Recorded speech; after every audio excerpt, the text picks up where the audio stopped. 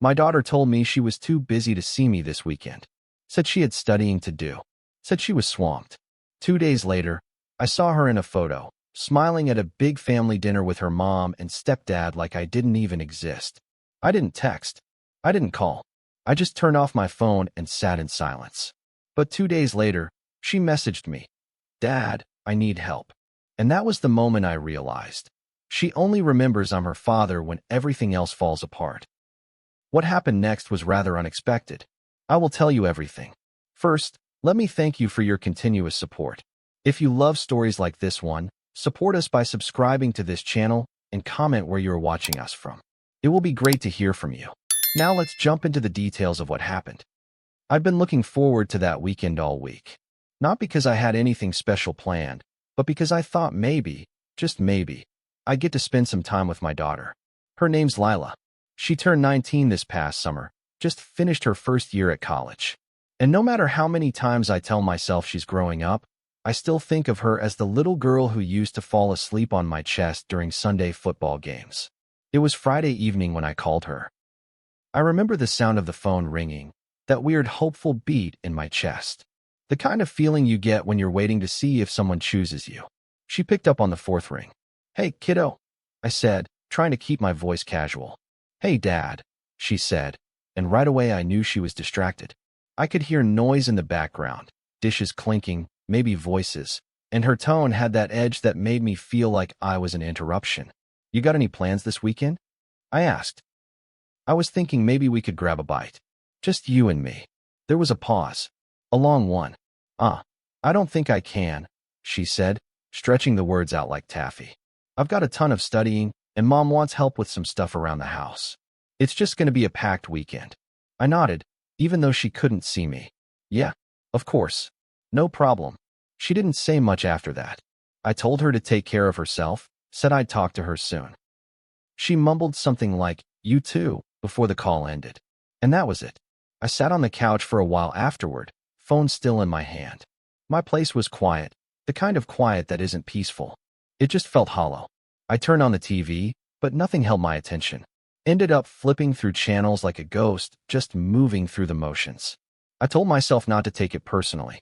She's in college. She's busy. Kids have their own lives. But something gnawed at me. I'd heard that same excuse before, and every time it felt less like bad timing and more like an excuse. Still, I didn't push. I never do. After the divorce, I made a promise to myself that I wouldn't guilt her, wouldn't force her to choose between homes or people. I'd seen how that messes kids up. So I became the easy parent, the one who never made waves, the one who just waited for her to come around. That night, I fell asleep on the couch with the TV still on. 2 days later, Sunday evening. I was scrolling through my phone, just mindlessly swiping through Instagram when I saw it. Lila, sitting at the end of a long table, smiling into the camera. Beside her was her mother, my ex-wife, and next to her, that smug son of a bitch she married 3 years ago, Doug.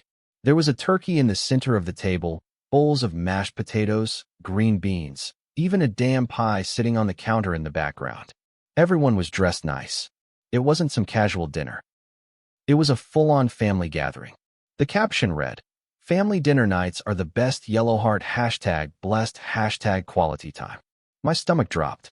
I stared at that photo for a long time, zoomed in on her face, trying to see something in her expression. Guilt, hesitation, anything. But she looked happy, relaxed, like someone with nothing to hide. And I just sat there, phone in hand, staring. She had lied to me. Not some white lie. Not a forgot I had plans kind of excuse. She had told me she was too busy, too buried in books to spare a single hour, and then went and played happy family with them. And you know the worst part? I didn't call her. I didn't text. I just got up, walked into the kitchen, pulled a cold beer from the fridge, and cracked it open. Then I turned off my phone, dropped it face down on the table, and sat in silence. Not angry silence. Not even sad silence. Just that kind of quiet you sink into when you realize someone you love doesn't think of you the same way anymore. I sipped the beer slowly, let it sit on my tongue a little longer than usual. There was no rush. No one to talk to. No one expecting anything from me. Just me and the buzz of the old fridge, humming like some dying machine that still refused to quit.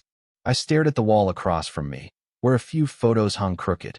One of them was of Lila when she was 10, missing a front tooth, arms thrown around a golden retriever we used to have named Max.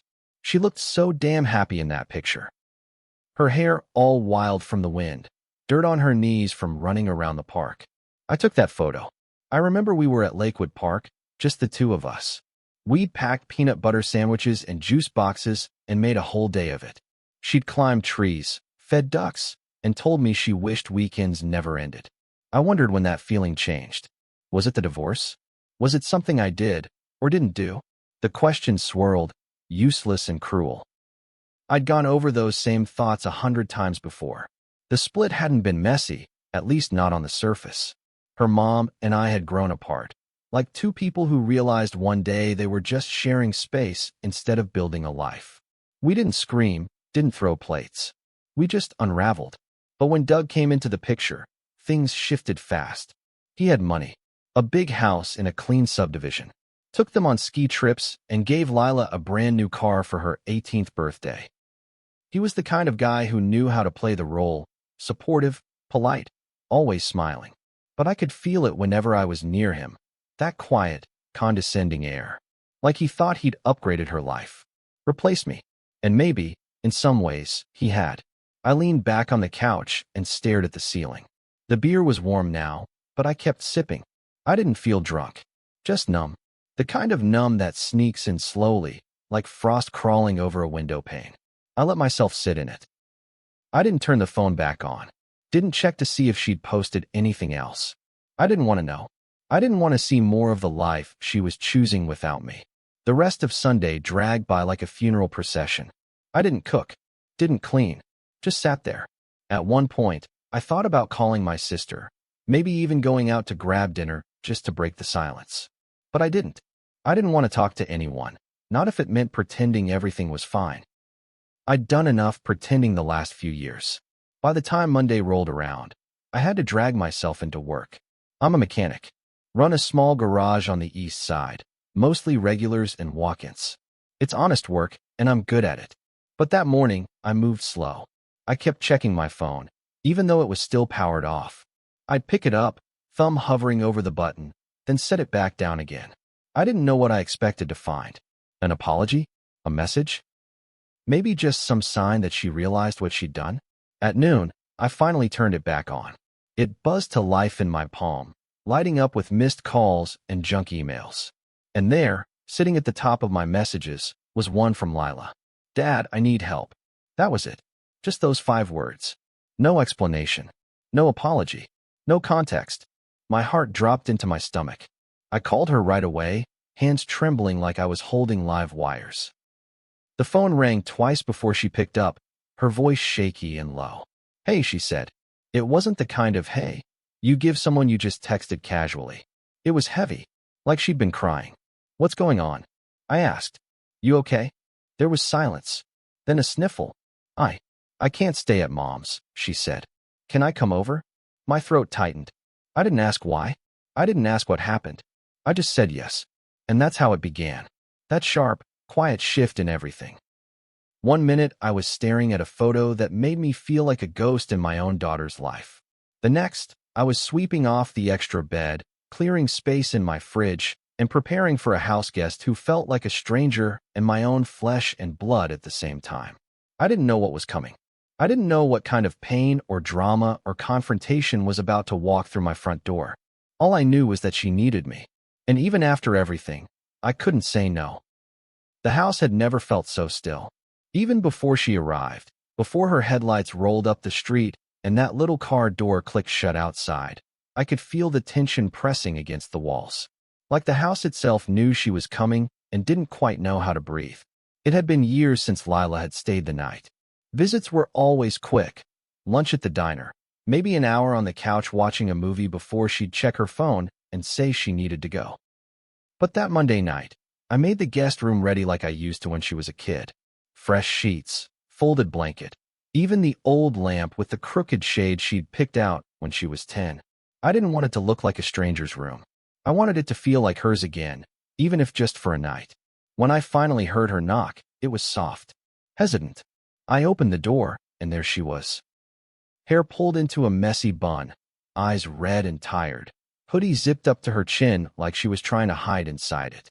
"Hey," she said, barely above a whisper. "Hey, kiddo," I answered. For a moment, neither of us moved. Then she stepped forward, and I saw the faintest tremble in her lip. I wanted to hug her right then, pull her close, and tell her it was all okay. But I didn't. Something stopped me. Maybe pride. Maybe pain. Maybe both. I just stepped aside and let her in. She dropped her backpack by the couch and looked around like she was seeing the place for the first time. The living room light was soft, yellow and low, casting long shadows across the floor. I could tell she noticed the changes, the new recliner, the absence of old family photos. I'd taken most of those down a year ago. It just hurt too much seeing her mother's smile frozen in every frame. "You hungry?" I asked, voice steady, controlled. She nodded but didn't say much else. I went into the kitchen and reheated some leftover chili. The smell filled the house, spices, onions, a faint scent of garlic, and for a brief second, it felt like the old days. The quiet between us wasn't angry, not yet. It was just heavy, like something fragile we were both afraid to touch. When I set the bowl down in front of her, she said, "Thanks," softly. Then, as if realizing how small that sounded, she added, "Really? Thanks, Dad." I sat across from her. Didn't eat, just watched. She took small bites, eyes fixed on the table. After a few minutes, I asked, "So what happened?" Her spoon froze midair. "It's complicated," she said. "I got time." She sighed and stared into her bowl. "Mom and Doug had a fight. A big one." "About what?" "I don't even know. He started yelling about money, and she said something about me taking sides. Then she told me maybe I should go stay somewhere else for a while." I blinked. "She kicked you out?" Lila shrugged. "She said I was old enough to make my own decisions. That's her way of saying she doesn't want me around when they fight." I clenched my jaw. Not because I didn't believe her, but because I could hear my ex-wife's voice in my head. Sharp, defensive, always needing control. That woman had a gift for turning guilt into a weapon. But I didn't want to turn this into a rant. Not now. Not when my daughter was sitting there looking small and tired. "You're always welcome here," I said quietly. She looked up then, eyes glassy but grateful. "Thanks." We didn't talk much more that night. After she finished eating, she mumbled that she was tired and went to the guest room. I listened to the door click shut and then just sat there for a long time, staring at the empty bowl in front of me. It's funny how silence can be louder than words. That house used to be full of noise, her laughter, her footsteps running down the hallway, the sound of cartoons blaring on Saturday mornings. Now it was just the hum of the refrigerator and the occasional creak of the floorboards as the night settled in. I wanted to feel comfort in her being there, but all I could think about was that picture from the weekend. The photo that started all of this. Her sitting next to him, laughing, smiling. I couldn't unsee it. I barely slept that night. I lay in bed staring at the ceiling, thinking about all the years I tried to make it easy for her. The child support payments that came before my rent. The Christmases I spent alone so she could have the perfect family holiday at her mom's. The birthdays I celebrated through text messages and phone calls because she was busy. I'd never said no to her. Never called her out.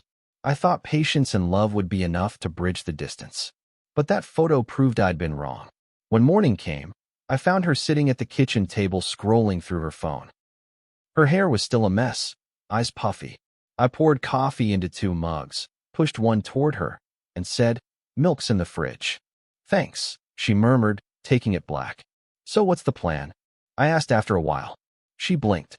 "Plan? Yeah. You staying here for a bit? You gonna talk to your mom?" She hesitated. "I don't know yet." I nodded slowly. "You don't have to rush it. Just keep me in the loop, okay?" She gave a faint smile. "I will." The quiet stretched again, and I couldn't stop myself. The words slipped out before I could catch them. I saw the picture.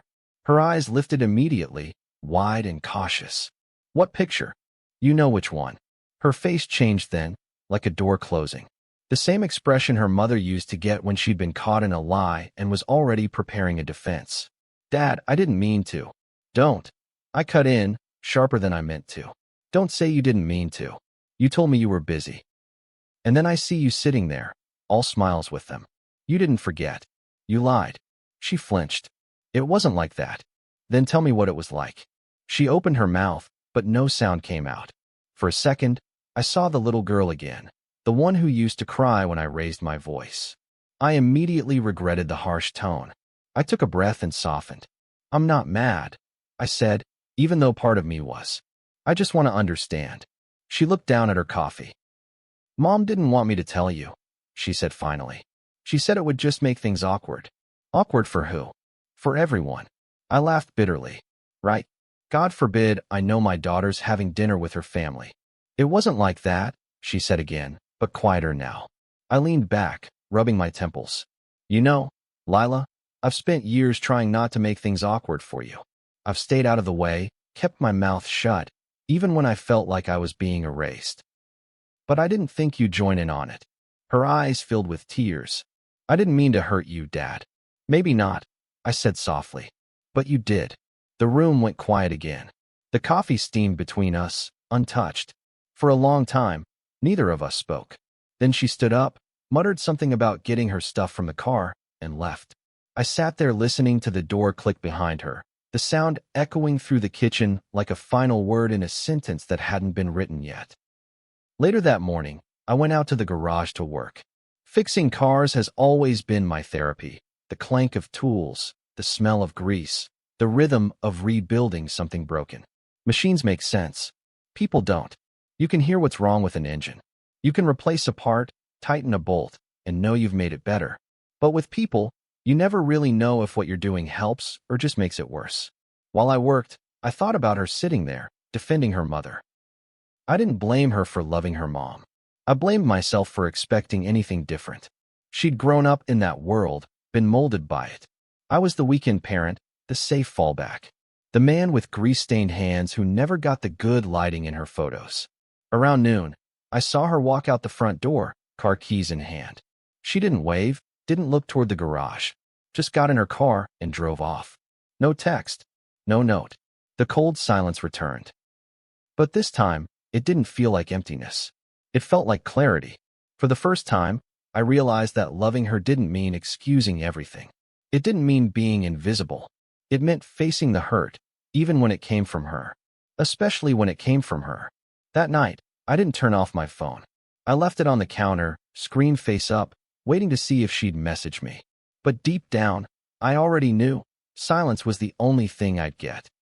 And maybe, for now, that was exactly what we both needed. It was just past 1 a.m. when my phone rang. At first, I didn't recognize the sound. It had been so quiet for so long that I'd almost forgotten what it felt like to be needed. I sat up in bed, rubbed my eyes, and stared at the screen. Lila. My heart thudded. I hesitated for just a second, just long enough to wonder if I really wanted to answer. Then I hit accept. Her voice was a wreck. Dad? She whispered, broken and small. I'm here, I said, swinging my legs over the edge of the bed. What's going on? She was crying. Not the kind of soft, guilty sniffles I'd heard the day she arrived, but raw, messy sobs that made my skin prickle. Her words came out in pieces, tangled in gasps and sharp inhales. I went back, she choked out, to get my laptop. And they were fighting again. I tried to leave without being seen, but Doug. He said something, and I snapped, and now I don't even know. Okay. Hey, slow down, I said, already pulling on my jeans. Where are you? Parked by the gas station, near Mom's place. I'm coming. I didn't ask for more. I didn't press. I just grabbed my keys and went. The drive was a blur, 10 minutes at most, but every red light felt like a test. My hands were gripping the wheel so hard they ached. I had no idea what I was about to walk into. But I knew this much. Something had broken. And maybe it needed to. I spotted her car tucked in the corner of the gas station lot. Engine running, headlights off. I pulled in beside her and stepped out. She was curled up in the driver's seat, hood up, face blotchy and red. She got out as soon as she saw me and walked straight into my arms. That hug, it wasn't soft or tender. It was desperate. She clung to me like a drowning person. I hadn't held her like that in years. Not since she was 13 and scraped her knee so bad she couldn't stop shaking. This was worse. This wasn't about blood or bruises. This was about something deeper. Betrayal. Rejection. A life unraveling in real time. He said I was ungrateful. She mumbled into my chest. Doug. He told me I was a selfish little brat who didn't appreciate anything. That I always run to you when things get tough. I said nothing. And Mom didn't stop him, she added, quieter now. She just stood there. I closed my eyes. Took a breath. There it was, the truth I'd always feared. Not just that they painted me as the fallback, but that she started to believe it too. Let's go, I said, guiding her toward my truck. Back at the house, she barely said a word. She kicked off her shoes, wrapped herself in a blanket, and sat on the couch staring at the floor. I poured her some water and sat across from her. You want to talk about it? I asked. She didn't answer right away. I just feel stupid, she whispered. Like I believed in this picture-perfect thing they built. And now it's all fake. And I don't even know where I belong. You belong here, I said too fast. Too automatic. She gave me a look, soft, unsure. Do I? That question landed like a punch. I swallowed hard. Lila, I've always been here, I said. Every time. You might have only looked my way when things got hard, but I never closed the door. She nodded, but her eyes were distant. I know. I think I always knew. I just didn't want to face what it meant. I tilted my head. And what's that? That Mom. She's not as perfect as she pretends. And Doug? He's cruel, in that quiet way that makes you feel like you're the crazy one. I clenched my fists, tried to stay calm. He ever put a hand on you? No, she said quickly. Nothing like that. He just says things. Makes everything about him. If I'm upset, he gets offended. If I ask for space, he says I'm cold. It's like, I'm always wrong. I let that sit for a second. That's not okay, I said. I know. You didn't deserve that. She nodded again, slower this time. Then she said something I didn't expect. Do you resent me, Dad? I blinked. What? For all of it, she said. For not calling more. For lying about dinner. For treating you like some afterthought. I couldn't lie. Not now. I'd be lying if I said I didn't feel hurt. That photo, you smiling with them like nothing was missing, it gutted me. She looked down, face crumpling.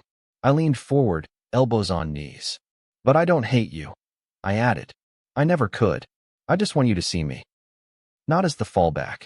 Not as the emergency contact. But as your dad. A real part of your life. Her lips trembled. I do, she whispered.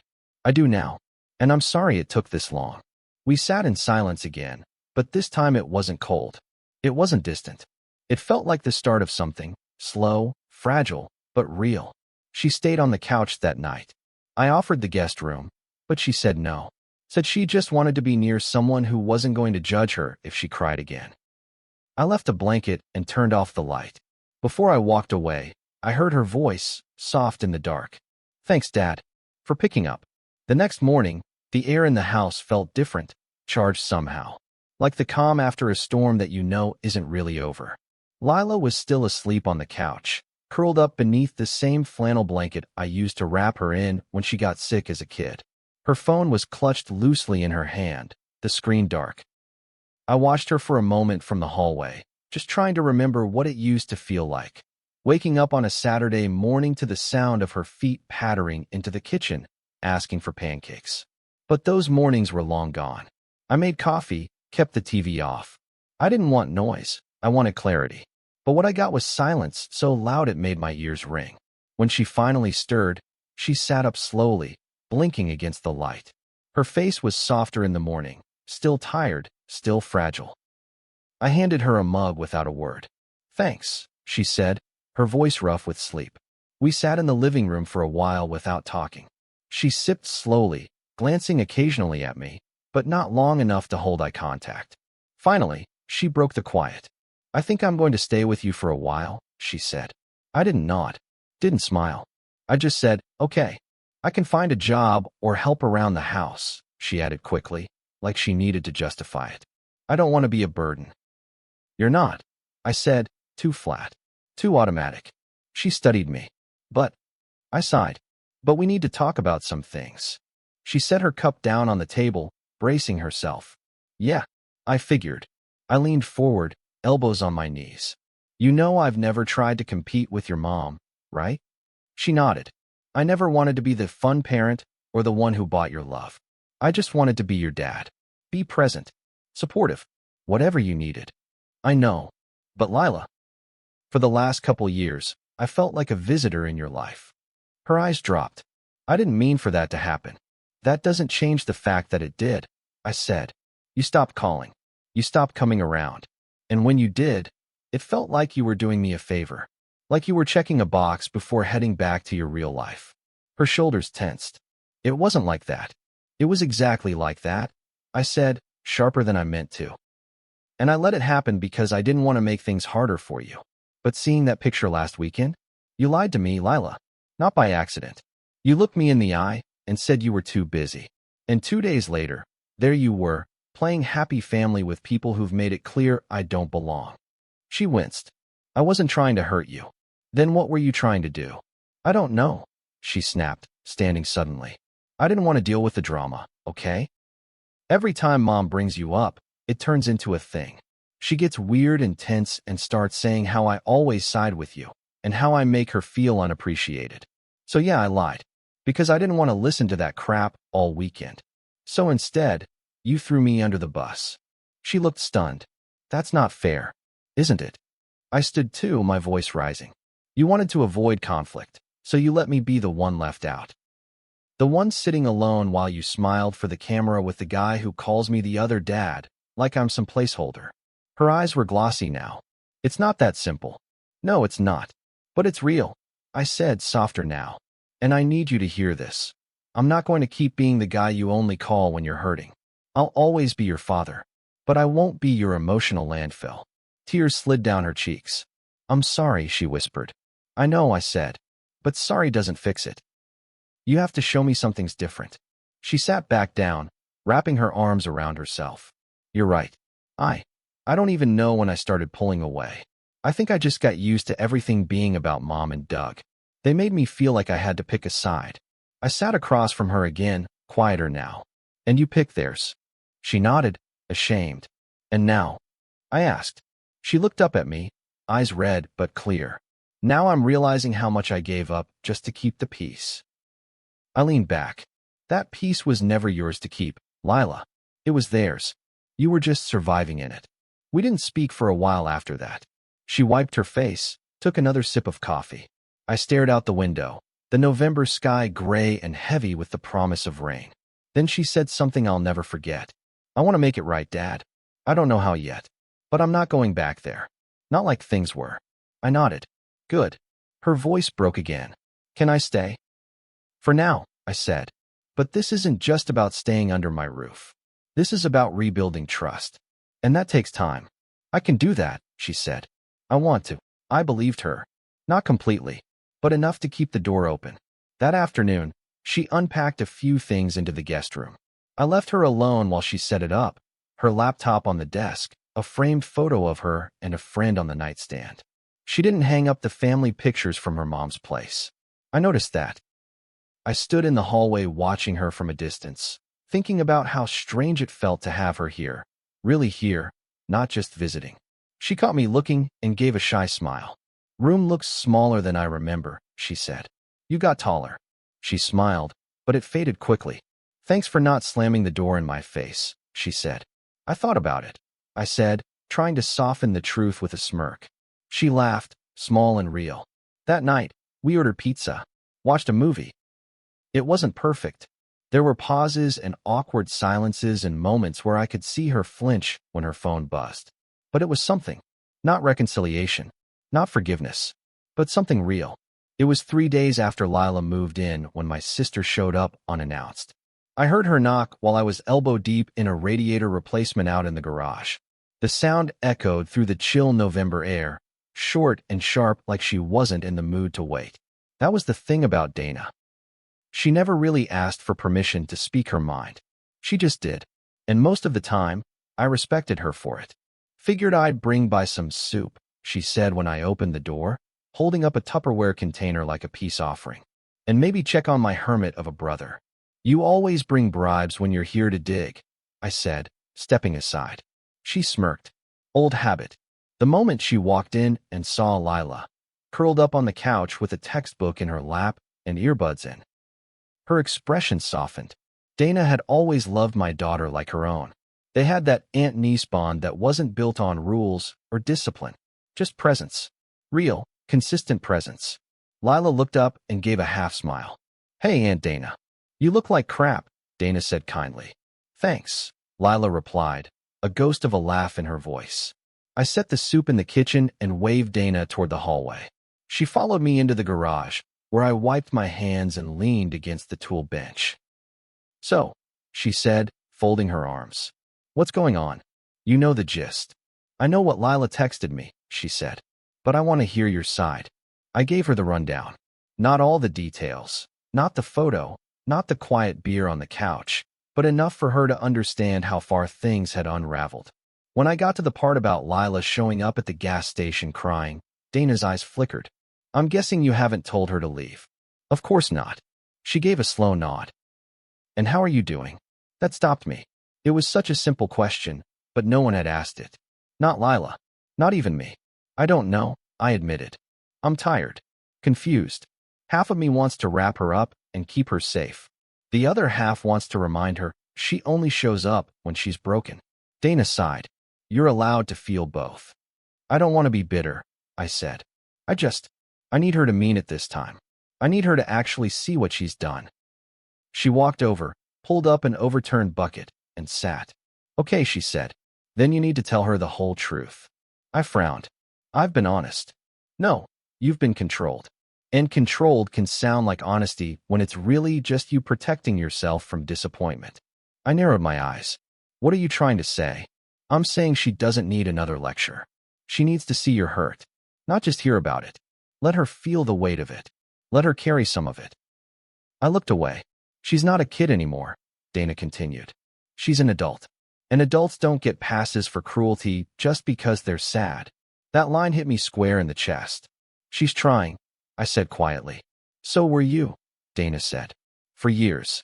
Later that evening, after Dana left, Lila and I were back in the living room.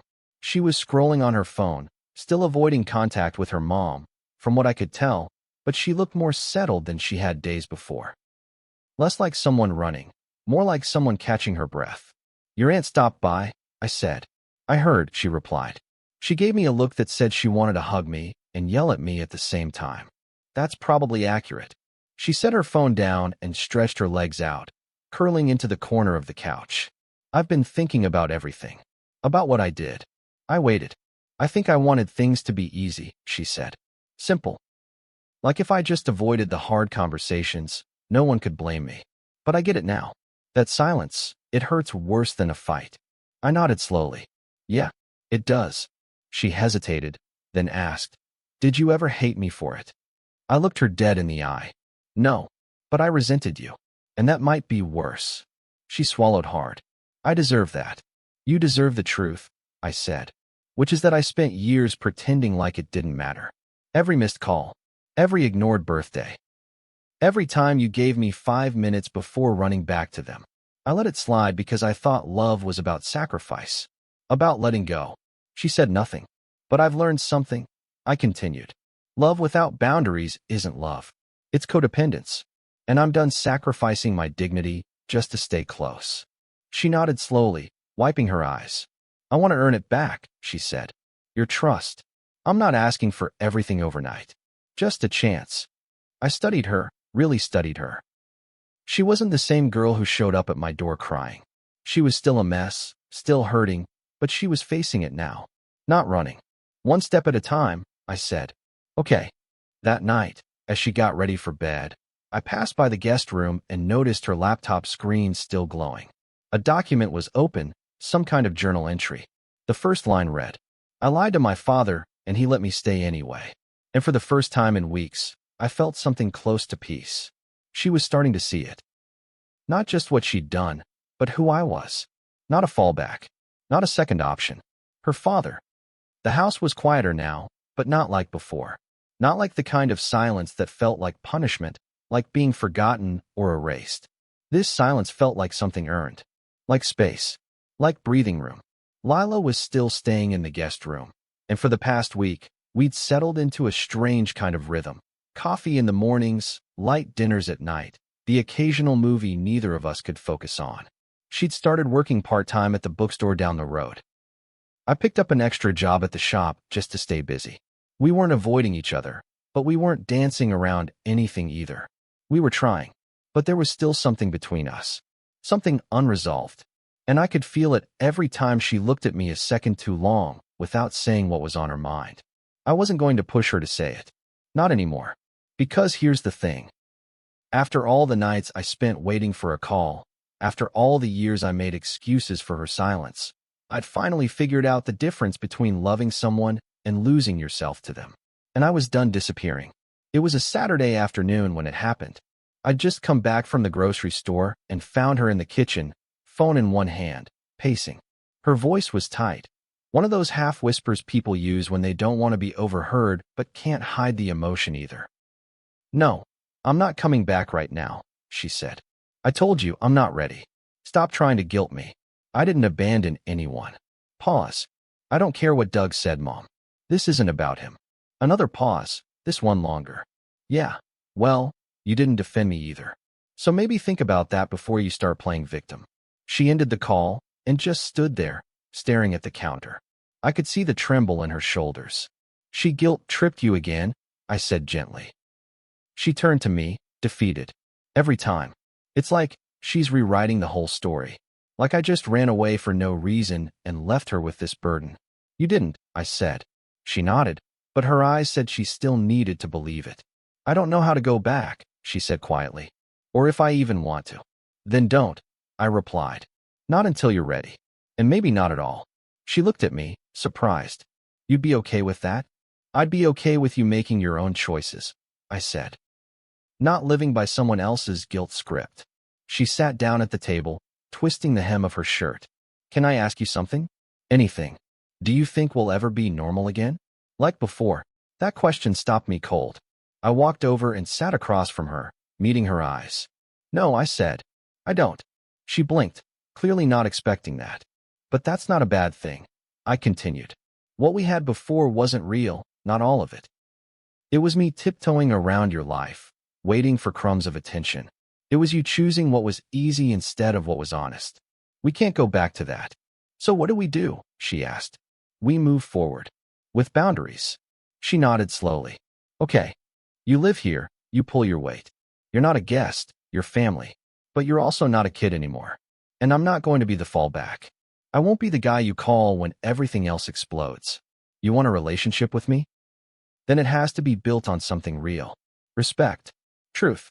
Time." She swallowed hard. "I can do that." "I know you can," I said. "But I need you to really mean it this time." "I do." We sat there in the quiet, both of us holding the weight of what that really meant. Later that night, she knocked gently on my door before heading to bed. "Hey," she said, eyes softer now. "Just wanted to say good night." "Good night, kiddo," I replied. She hesitated. "And thank you for letting me stay. For saying what you said. I know I don't deserve it." "You don't have to deserve love," I said. "You just have to honor it." She nodded, lips trembling just a little, then turned and walked away. That night, I sat in the living room alone, beer in hand, the TV off. I stared at the same wall where that old photo of her used to hang. The one with her and Max, dirt on her knees, smile like the sun. I'd taken it down during one of my lonelier stretches, when looking at it hurt more than hiding it. But now, I walked to the closet, dug through the box, and pulled it out. I didn't hang it back up, but I held it long enough to feel the sting of everything we'd lost, and the small, uncertain hope of something new being built. I wasn't naive. I knew we had a long road ahead. Maybe she'd slip again. Maybe I would too. But from now on, everything between us would be earned. Because I wasn't the fallback anymore. I was her father. And for the first time in years, she saw me. Sometimes, the hardest part of parenting isn't letting go. It's choosing when to stop shrinking yourself just to stay close. Have you ever felt like the backup plan in someone else's life? Share your story in the comments. I want to hear from every parent, every child, every person who had to draw the line, even when it broke your heart.